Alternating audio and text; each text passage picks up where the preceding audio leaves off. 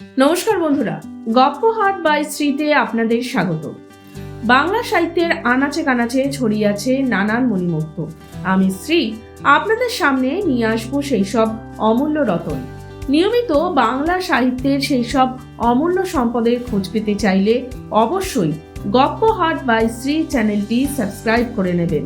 একই সাথে পাশের বেল আইকনটি ক্লিক করতে ভুলবেন না। এর ফলে নতুন গল্প আসলে সাথে সাথেই নোটিফিকেশন পেয়ে যাবেন আপনারা। শুরু হচ্ছে আজকের গল্প প্রখ্যাত সাহিত্যিক হেমেন্দ্র কুমার রায় রচিত ভৌতিক গল্প আয়নার ইতিহাস। গল্পটি নেওয়া হচ্ছে দ্বীপ প্রকাশনের তরফ থেকে প্রকাশিত হেমেন্দ্র কুমার রায়ের কিশোর ভৌতিক সমগ্র থেকে। গল্প পাঠে আমি শ্রী। গল্পের চরিত্র দাদা ও ভূষণের ভূমিকায় অরিন্দম ঘোষ, ভাই বিমলের ভূমিকায় আমি শ্রী। বেনারসে বেড়াতে এসেছি, সঙ্গে আছেন মা ও ভাই বোনরা। অগস্ত্যকুণ্ডের সরু একটা গলির ভিতরে একখানা মাঝারি আকারের বাড়িতে আমাদের বাসা। বাড়িখানা তেতলা এবং সেকেলে।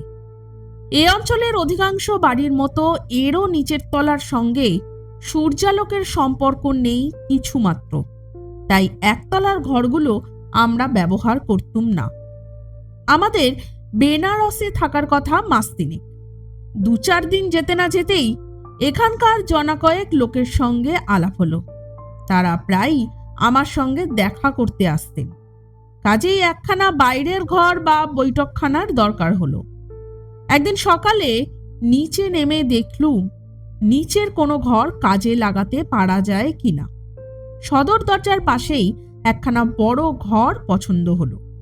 যদিও এ ঘরে 4টে জানলা ছিল, তবুও ঘরের ভিতরে বিরাজ করছিল প্রায় সন্ধ্যার অন্ধকার। কিন্তু বেনারসের বাসিন্দাদের অন্ধকার সম্বন্ধে বোধহয় কোনো অভিযোগ নেই। অতএব এই ঘরখানাকেই বৈঠকখানার উপযোগী করবার চেষ্টায় নিযুক্ত হল। ঘরের জানলাগুলো খুলে দিয়ে দেখলুম মাঝখানে রয়েছে একখানা চৌকি এবং পূর্ব দিকে দেওয়ালের গায়ে দাঁড় করানো রয়েছে প্রকাণ্ড একখানা ফ্রেমে বাঁধানো ছবি। নিশ্চয়ই বাড়িওয়ালার সম্পত্তি, কিন্তু ছবিখানা ছিল পিছন ফিরানো। আমি তাকে সামনে ফেরাতে গিয়ে দেখলুম না, এখানা তো ছবি নয়, দামি সোনালি ফ্রেমে বাঁধানো মস্ত বড় এক আয়না। লম্বায় 5 হাত ও চওড়ায় 3 হাত। ফ্রেমের সোনালি রং নানা স্থানে চটে গিয়েছে দেখে বুঝলুম আয়নাখানার বয়স অল্প নয়। এরকম মূল্যবান আয়না এভাবে পরিত্যক্ত হয়েছে কেন, দাঁড়িয়ে দাঁড়িয়ে তাই ভাবছি। এমন সময় আমার শখের কুকুর ঝুমি সেখানে এসে হাজির হলো।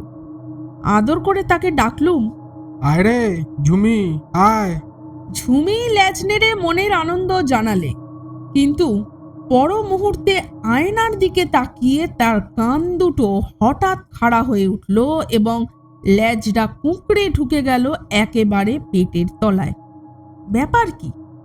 ঝুমিকে আয়নার ভিতর তার নিজের চেহারা দেখে ভয় পেয়েছে? একটু অবাক হলুম, কারণ আমি বরাবরই লক্ষ্য করে দেখেছি কুকুর বিড়ালরা আরশিতে নিজেদের চেহারা দেখে বিশেষ বিস্মিত হয় না, অনেক সময় গ্রাহ্যের মধ্যে আনে না। ঝুমি তাড়াতাড়ি ঘর থেকে সরে পড়ল। তারপর এ ঘরে সে আর ডাকলেও আসতো না। এমনকি এ ঘরের পাশ দিয়ে আনাগোনা করবার সময়ও গরর গরর করে গর্জন করত। তার এই ব্যবহারের কারণ বোঝা গেল না।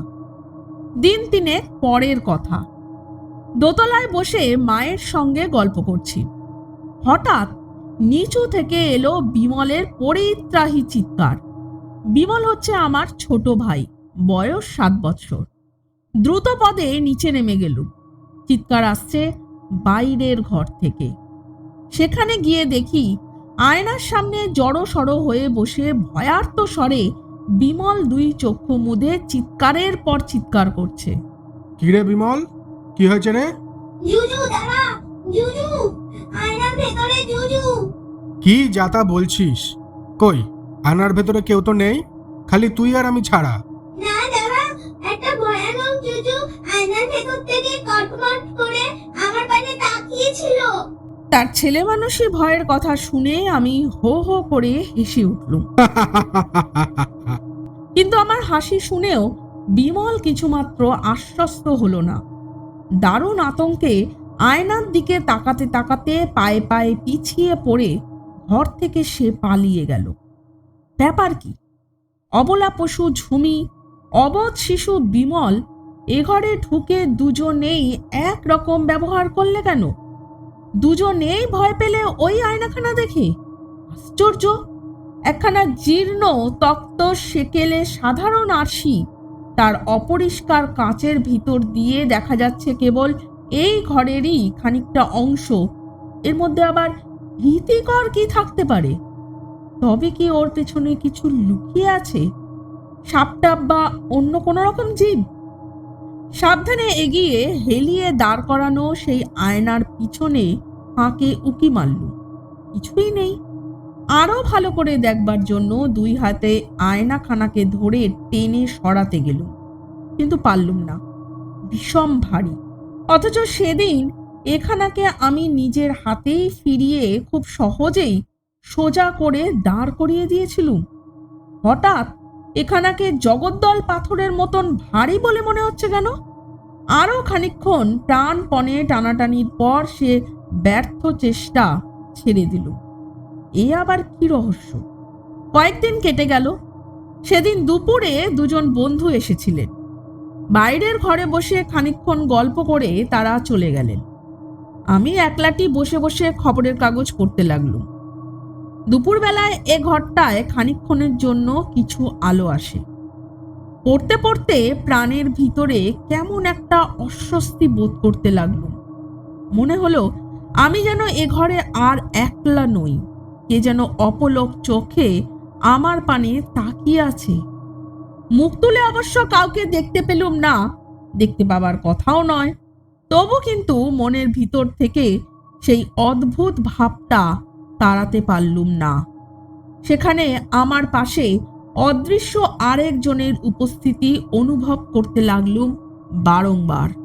আবার মুখ তুলতেই চোখ পড়ে গেল সেই পুরাতন আয়নার দিকে এবং সঙ্গে সঙ্গে আমার সর্বাঙ্গ শিউরে উঠল। আয়নার মধ্যে সবিস্ময় দেখলুম ঠিক আমার পিছনে দাঁড়িয়ে আছে ভীষণ এক মূর্তি। হ্যাঁ, সে মূর্তিকে ভীষণ ছাড়া আর কিছু বলা যায় না। তার চোখ দুটো কোটর থেকে যেন ঠিকরে বেরিয়ে আসতে চাইছে। তার জিভখানাও ঠোঁটের ভিতর থেকে বেরিয়ে ঝুলে পড়েছে, আর তার গলা জুড়ে রয়েছে একটা টকটকে লাল দাগ। আমি একবার একটা গলায় দড়ি দিয়ে মরা লোক দেখেছিলুম, এরও চেহারা ঠিক সেই রকম। কয়েক মুহূর্ত বসে রইলুম আচ্ছন্নের মতো, তারপর ভয়ে ভয়ে পিছন ফিরে তাকালুম। কিন্তু কই, আর কেউ তো এখানে নেই।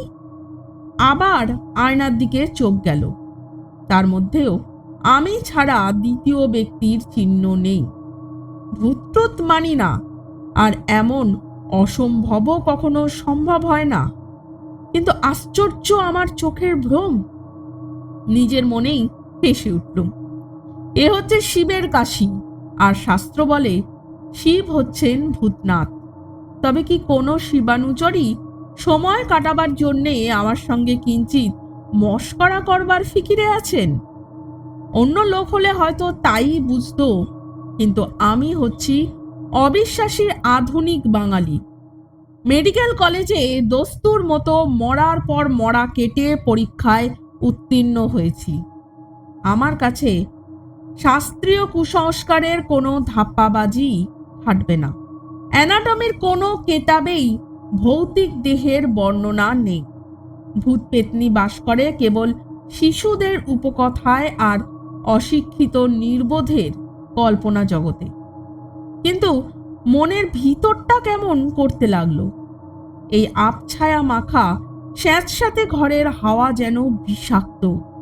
এ ঘরে কেউ নেই বটে, কিন্তু তবু যেন সন্দেহ হয় আমি ছাড়া আর একজন কেউ এখানে নিশ্চয়ই আছে। তার নিষ্পলক দৃষ্টি এসে বিঁধছে আমার সর্বাঙ্গেই। খবরের কাগজ ফেলে উপরে গেলুম। বিমলকে ডেকে প্রশ্ন করে বুঝলুম আয়নার ভিতর সে যাকে দেখেছিল তারও চেহারা হচ্ছে আজকের আমার দেখা লোকটার মতোই। গভীর বিস্ময়ে যেন হতভম্ব হয়ে গেলুম। আমাদের দুজনেরই এমন একরকম চোখের ভ্রম হলো কেন? কুকুর ঝুমিই বা ও ঘরে ঢুকতে চায় না কেন? সে তো শাস্ত্রীয় ভূতনাথের নাম শোনেনি বা উপকথায় উপদেবতার গল্পও পড়েনি। তবে তার ভয় পাবার কারণ কি? গঙ্গার ধারে ভূষণ বাবুর সঙ্গে আলাপ হয়েছিল। ভূষণ বাবু হচ্ছে এখানকার একজন সব জানতা লোক। বেনারসের নূতন ও পুরনো সব খবর তার নখদর্পণে। আজ সকালে আমার বাসায় ছিল ভূষণ বাবুর চায়ের নিমন্ত্রণ। যথাসময়ে তিনি এলেন, কিন্তু বৈঠকখানায় ঢুকে আয়নাখানা দেখেই চমকে উঠলেন। তারপর ধীরে ধীরে বললেন, শিবপ্রসাদ বাবুর আয়নাখানা এখনো এ বাড়িতেই আছে? আমি জিজ্ঞাসা করলুম, শিবপ্রসাদ বাবু কে? কাশীর এক মহাজন। আগে এ বাড়িখানা ছিল তারই। তিনি এখন কোথায়? 10 বছর হলো মারা গিয়েছেন। তার স্বাভাবিক মৃত্যু হয়নি।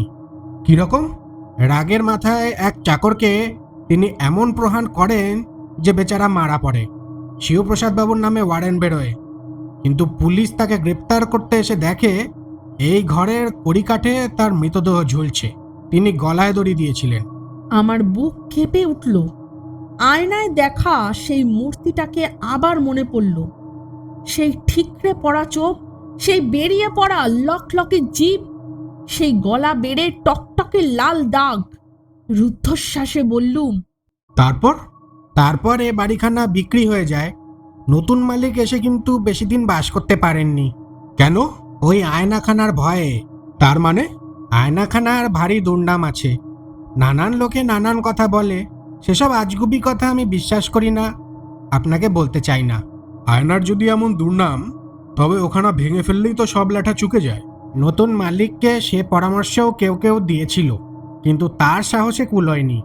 যে অভিশাপ আয়নার ভেতরে বন্ধ আছে, ওখানাকে ভেঙে তাকে বাইরে আনতে তিনি ভরসা পাননি। তাহলে আপনি বলতে চান এটা হচ্ছে ভুতুরে আয়না? আমি বলি না, লোকে বলে। এক লাফে আমি দাঁড়িয়ে উঠলুম।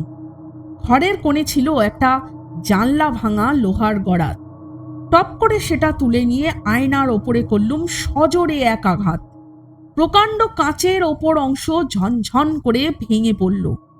আবার গড়াত তুললুম এবং পর মুহূর্তেই দেখলুম আয়নার নিচের অংশে ফুটে উঠেছে আগুন ভরা দুটো চোখ। কি ক্রুদ্ধ, কি হিংস্র সেই দৃষ্টি! মুখ নেই, দেহ নেই, খালি দুটো জ্বলন্ত ক্ষুধিত চোখ। এও কি আমার চোখের ভ্রম? আবার আঘাত করলুম। কাচের বাকি অংশ ভেঙে গুঁড়ো হয়ে গেল। ভূষণবাবু কিছু দেখেছিলেন কিনা জানি না, কিন্তু তিনি কাঁপতে কাঁপতে চৌকির উপরে ধপাস করে বসে পড়লেন। শেষ হলো আজকের গল্প। গল্পটি কেমন লাগলো তা অবশ্যই কমেন্ট করে জানাবেন বন্ধুরা। পাশাপাশি গল্পটি ভালো লাগলে লাইক ও শেয়ার করে দেবেন। আজ তাহলে এই পর্যন্তই। আবার আমি আসবো আগামী সপ্তাহে নতুন গল্প নিয়ে। আজকের মতন বিদায়।